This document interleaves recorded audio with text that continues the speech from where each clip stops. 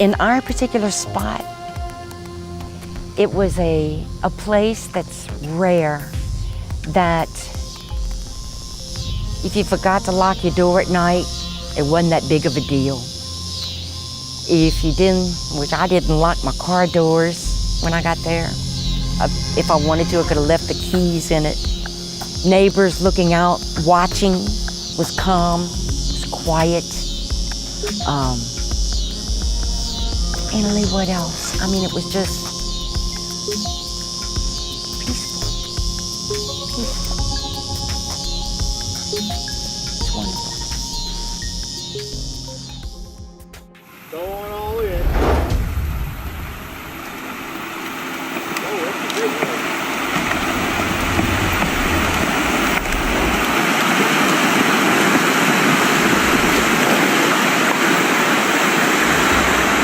Company called Texas Brine, which is the company that has been mining this area. That sinkhole sits over a salt dome, and it's believed that there's a cavern in there that has collapsed. The swamp went from this to this, a sinkhole the size of 20 football fields. Officials here declared a Code 3 alert, which is the highest form of readiness after the sinkhole started bubbling, swirling, and swallowing more trees. A year ago, there was seismic activity in this area, which is odd. We don't have earthquakes in South Louisiana. We traded hurricanes for earthquakes. We have plenty of hurricanes. We don't have earthquakes. So when there was seismic activity in the bayou, people started to get worried. Back on May 12th, 2012, my wife and I, we took the boat out one afternoon, just taking a little leisurely ride. Something we just often do just to relax, go down the bayou and take a ride. We went about a half a mile down the bayou, and when I got to the pipeline crossing where there are 3 known pipelines that cross, I noticed some unusual bubbling. At first, I passed it up. Then I turned it around, I went back, look again, said, no, this doesn't look right. You know, one morning the bubbles appeared. No one really knew what it was that was causing these bubbles in the bayous nearby, and a lot of investigation took place. And then on August 3rd, 2012, our employees came to work and looked out, and the swamp had disappeared. A state of emergency was declared, and evacuation order was issued, et cetera, et cetera.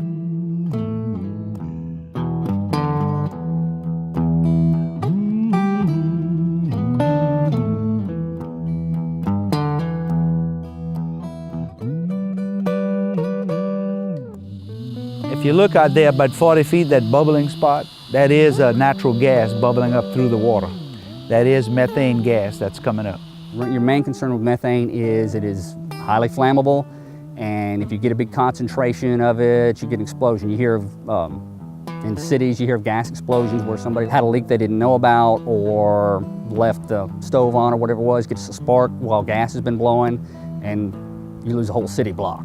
That's the similar concern we have here, that this gas could build up in a back room, in a closet, underneath a house, in enough of a concentration to where a spark, somebody flipping a light switch, somebody static discharge, whatever, could set off an explosion. You lose a house, lose several houses, and lose a life. To this point, we've had no injuries, we've had no deaths associated with this, and we really, really want to keep it that way. We currently have air monitoring equipment that we had in place early in its event. That air monitoring equipment actually transmits to the command post here. Currently, there's over 300 instruments that go here to the command post. Typically, you get here about 7:30, 8 o'clock in the morning. After going through the emails, I typically make an initial round around the sinkhole and the community. The danger is with methane, so it's LEL, lower explosive limit. Well, this is one of the flares. This flare is gathering natural gas that is being removed through our vent wells that at that surface of, that depth of about 150 feet into the aquifer. The gas is flowing up through the well, is being collected at several different sites, and then it's all being channeled into this single flare. And that's how we're, that's one of the processes we're using to remove the gas from the aquifer. We've got seismic monitoring in the salt at surface in the area above the salt to monitor, I guess, the ongoing stability of the dome itself. So far, we're catching seismic movement, we got some activity follow on from the fact that dome collapsed, and that changes, the weights and the rock stresses all around there. We're expecting that's what you expect to happen after you see a sudden event like that. While it was a man-made action that started this, it's geology and natural forces that are making everything happen forward now, and geology happens slow. We have nothing to hide. This event took place. We own this sinkhole. It's on our property. We are responding to the best of our ability. There's not a file cabinet back at the offices what to do in case there's a sinkhole. This is a unique phenomenon. It's being studied by scientists all over the world. It's never happened anywhere else. We know that this sinkhole is connected to our brine cavern. It's on our property. The unanswered question is what caused the actual breach? Whenever the incident first happened with the sinkhole, they finally came out and said that it was a mandatory evacuation. And for me, mandatory means something you have to do. So I did it. And we didn't think it would go on for very long. I thought it would be just maybe a week or two. I didn't really ever understand completely what had happened at first. Mandatory evacuation is established in law. It's called Disaster Act in Louisiana. Mandatory evacuation basically means that the risk is present and everyone should heed that risk because it is indeed present. But if you do not, you're taking that risk upon yourself. The authorities are telling them it's not safe to live there. And so if it's not safe to live there and they can't live there because of the sinkhole and because of the gas coming from the sinkhole, then these people have absolutely suffered damages. And they're saying that not only is it not safe now, but we don't know when it will be safe. And we don't know if in 3 years you can move back. We don't know if in 5 years you can move back. The latest I heard was that they think that in 3 to 5 years it will stop moving. Stop moving doesn't mean, and we don't even know what it's going to look like in 3 to 5 years.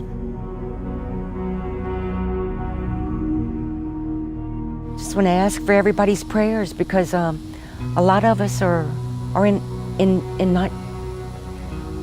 not in good condition here. Paradise is not lost yet.